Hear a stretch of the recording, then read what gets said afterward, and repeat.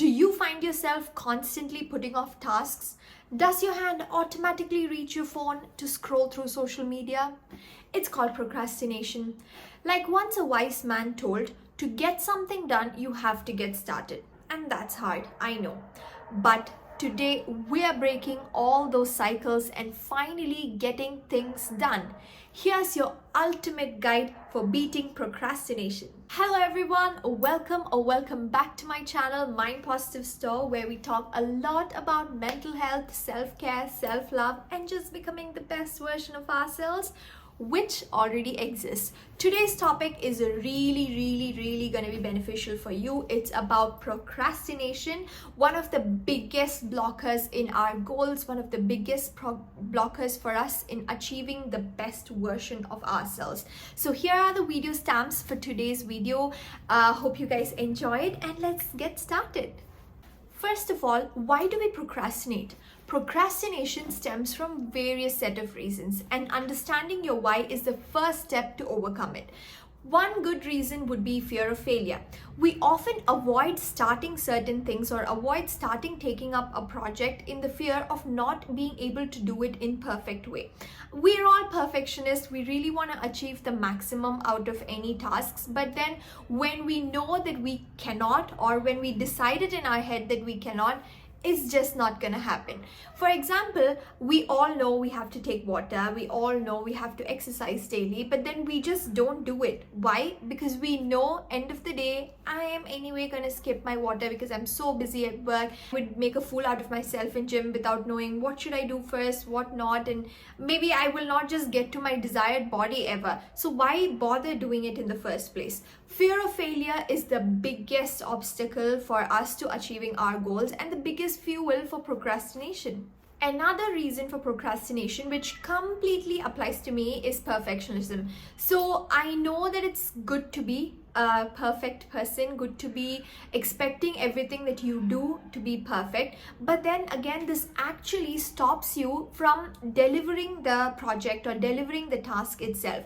What happens here is that you are constantly revising your own progress, you're constantly revising the output in the fear of it not being perfect, and ultimately the output is never desired. One example I can give here is the YouTube videos that I take. So every time I film, I take a lot of other backup footages, like I retake every single video to make sure my hair is looking good, there's no background noise, and I'm saying the right words. But then recently I've stopped doing that because how many times it wastes so much of my time taking one video and I end up not delivering what I wanted. I'm so unhappy with the whole process. So I've stopped doing that, being happy in the way that I am taking videos. I'm happy with the output itself. So perfectionism can also be a hindrance for your output. And the last why reason would be feeling overwhelmed. I think you guys would agree here. When you're given a huge goal to achieve, or you set yourself a huge goal to achieve, you don't know where to start, where to end, what should be the KPIs, what should be the main things. Sorry, don't mind me, I'm talking a lot of like professional stuff just because I came straight from work. But yeah, so when you are given a complex task, you are super confused where to start, where to end, how can I do it, what should be the process, how can I be consistent, and all of these things. That itself is a huge turn off to kickstart the process. What you end up doing is, let me do it tomorrow, maybe today's not the day. And have you seen this apply? I think everything applies literally for gym examples, because I think I do it a lot. I used to do it a lot, where I would say, okay, yeah, today let me go to the gym and get just my leg workout done. I'm like, oh, that's too complex, I don't know how to start and how to end it, there will be too many people there, why don't I do it tomorrow? And this reasoning keeps going on and on. Procrastination happens right there, and I don't end up going to the gym at all. So feeling overwhelmed, the fear of failure, and also wanting to be perfect in whatever you do stops you from achieving your goals. Let's understand these procrastinators' mindsets. In a procrastinator's mind, it's filled with negative thoughts and negative self-talk. Anytime they're given a task or they're asked to do something or they themselves want to get something done, the instant reaction, the instant thought that comes into their head is, I will never be able to get this done. I don't think I can do it fully. Let me do it tomorrow. These kind of negative thoughts fuels their procrastination cycle, which makes it even more harder for them to take an action. It is laziness, but more than just laziness, these negative thoughts will completely destroy the motivation to get something done. Next time when you have these negative thoughts or talk creeping up your head, remind yourself that you're stronger than this and you can accomplish any goal. Obviously, this is not just the one tip I'm sharing in this whole video. The video is going to be filled with amazing tips, habits that can literally break your procrastination cycle. Let's get to them. Breaking free from the cycle. The good news is you can actually break free from this procrastination. You just need a few effective techniques to get started. Step 1 is to set up SMART goal. S stands for specific, M stands for measurable, A stands for achievable, R stands for relevant, and T stands for time bound. Having a SMART goal is having a clear roadmap to your particular goal that makes it even more easy to achieve it. This is where you have to get started. I have a dedicated video on goal setting for the new year, and I'm just gonna link it here so you guys can take some time and look at it. That's the first step to stop procrastinating. Let me give an example of a SMART goal that I set for myself this year to read more books. Let's read it through. So starting with specific, I will read one book every 15 days for the entire year by starting with the book that is in my personal library. Second one is measurable, which says I am to complete reading a book every 15 days by spending 30 minutes of my time on this task on a daily basis.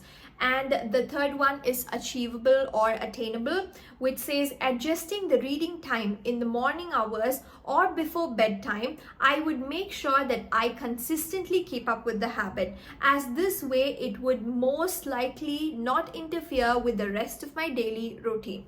Great.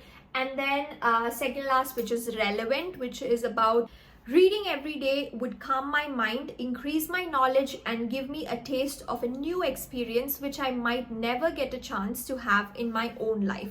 And the last one is time-bound goal, which is my goal is to complete reading a book every 15 days by reading the book consistently for 30 minutes every day until I finish reading every book in my personal library. So this is a detailed, specific, SMART goal that I've set for myself for a simple task as a reading book. This makes it so much more clear for me. How can I accommodate it into my daily routine? How can I make sure I'm consistent in it? How can I build this habit into my routine itself, which avoids any holes or creaks for procrastination to occur here. The next effective strategy here would be breaking down tasks. As we spoke about earlier, as overwhelming feeling would be the biggest fuel for procrastination, this is exactly what we're gonna deal here and try to break through. So breaking down your bigger tasks into smaller chunks which can actually accommodate within your daily routine is a game changer. I think I've mentioned this in several of my other videos as well, but I really want to emphasize on that here. So if you have a big task of completing a presentation, you don't have to sit overnight, you don't have to sit through the whole day to complete it. You can actually make small chunks of the big presentation and make sure you finish 5 slides today on introduction, 5 slides on the strategies that you want to explain, like however it goes through. It even applies to day-to-day activities. If you are someone who is looking to meal prep for the whole week, don't do it on one day. I used to do it. Oh God, it used to be so traumatic to actually cook for the whole day and make sure you meal prep for the whole week. No, that's not how you're supposed to do it. You can actually prep the day earlier. You cut your vegetables, you clean all of them, decide and plan for all the different meals, and then the next day when you actually start cooking, break it down into pieces so that the first half you're only cooking the side dishes, so you have 2 to 3 side dishes ready, and the second half of the day you want to cook the main dishes, the carbs, or however you want to divide it. It would work for any task that you're doing, be it work related task, be it personal task, house chores, whatever it is. Dividing a bigger task into smaller chunks would make it even more easier for you to accomplish it. The next strategy that we are going to talk about is minimize distractions. For that, I need a prop. It's our phones. I think our mobile phones are meant to bring us closer in terms of communicating with people all over the world, in terms of giving us any sort of information with internet, giving us any sort of entertainment that we need. But I know for the fact that we are right now in a world where we cannot survive with phones. Digital world is a huge part of our physical world itself. So it will be a difficult ask to minimize these distractions from our life, but at least be mindful that when you're working on something important, you're in a task and you want this goal to be achieved, keep yourself away from phones. Be it 1 hour, 2 hour, or even like 45 minutes. Make yourself a commitment that these phones or anything that is digital that can distract you are away from you during that time.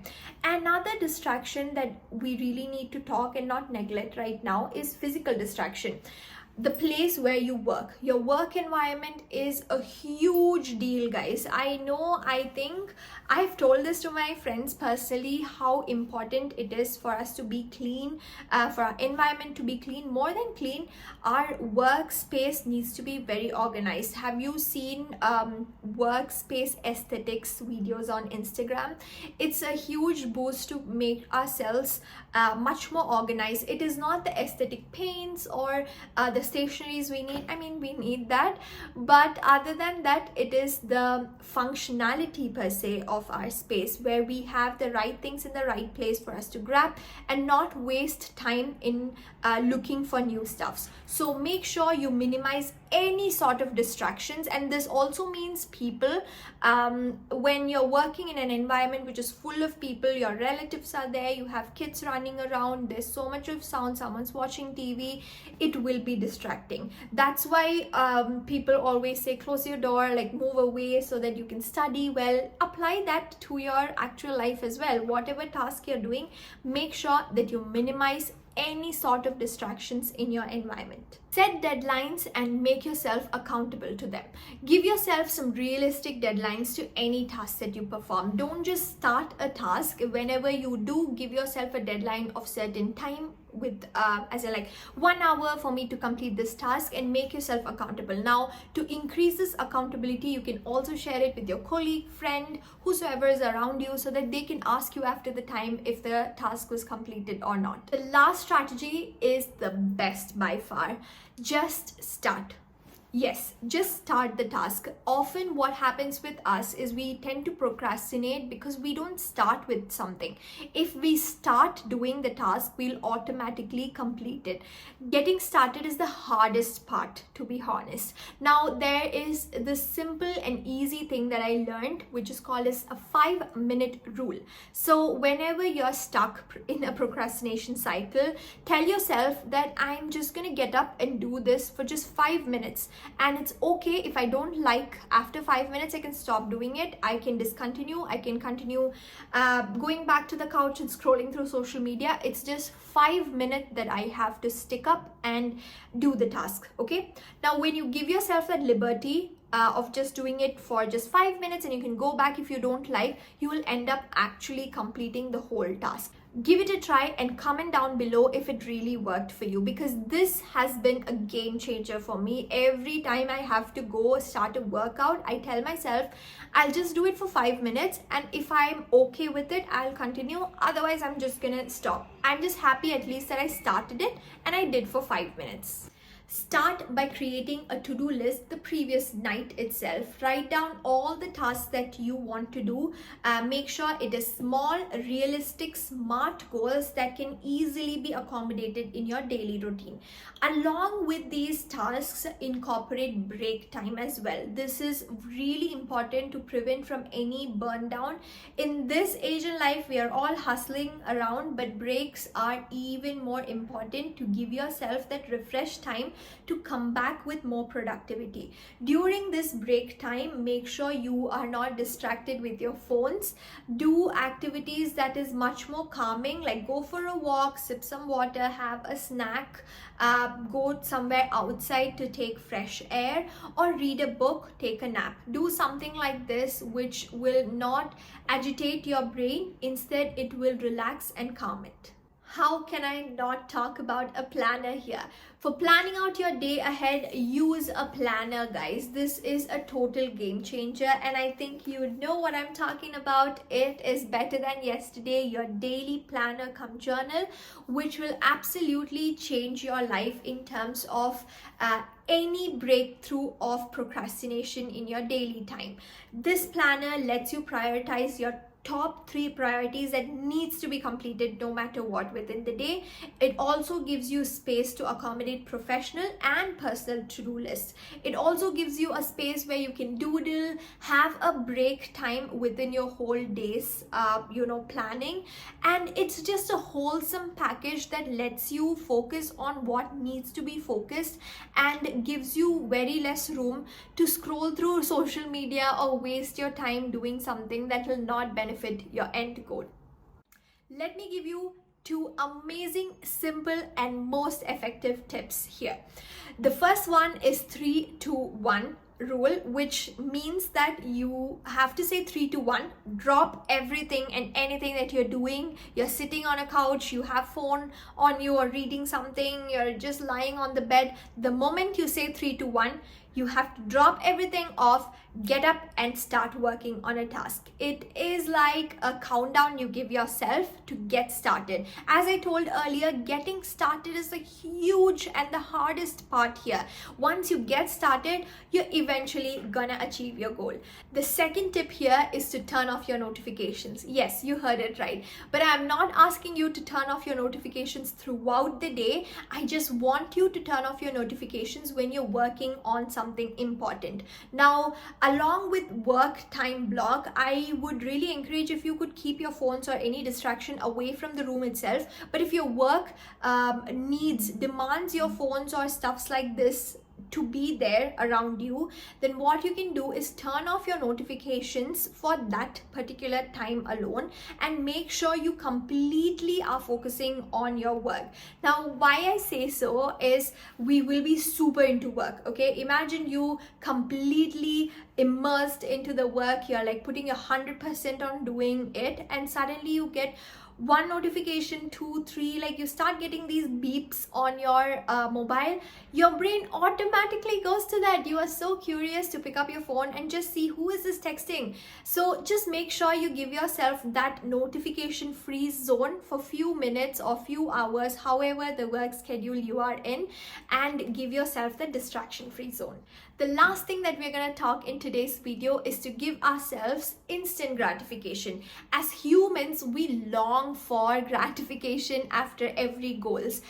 When it comes to long-term goals, obviously we're not going to get any time soon, right? Be it a goal that takes you to complete for a year or like 6 months, that itself is a huge demotivator for us. The first few days when we are starting with the goal, it will be amazing. We'll be super motivated, like really pumped into getting that done. But as the days go by, where you don't see any results coming to you, you don't feel those results, you don't celebrate them, you tend to feel more demotivated, and that's when procrastination creeps in. Make sure you celebrate any small to any mediocre wins that you are facing throughout the whole process. So celebrate your wins, make sure you give yourself small treats now and then to give that instant gratification to keep going.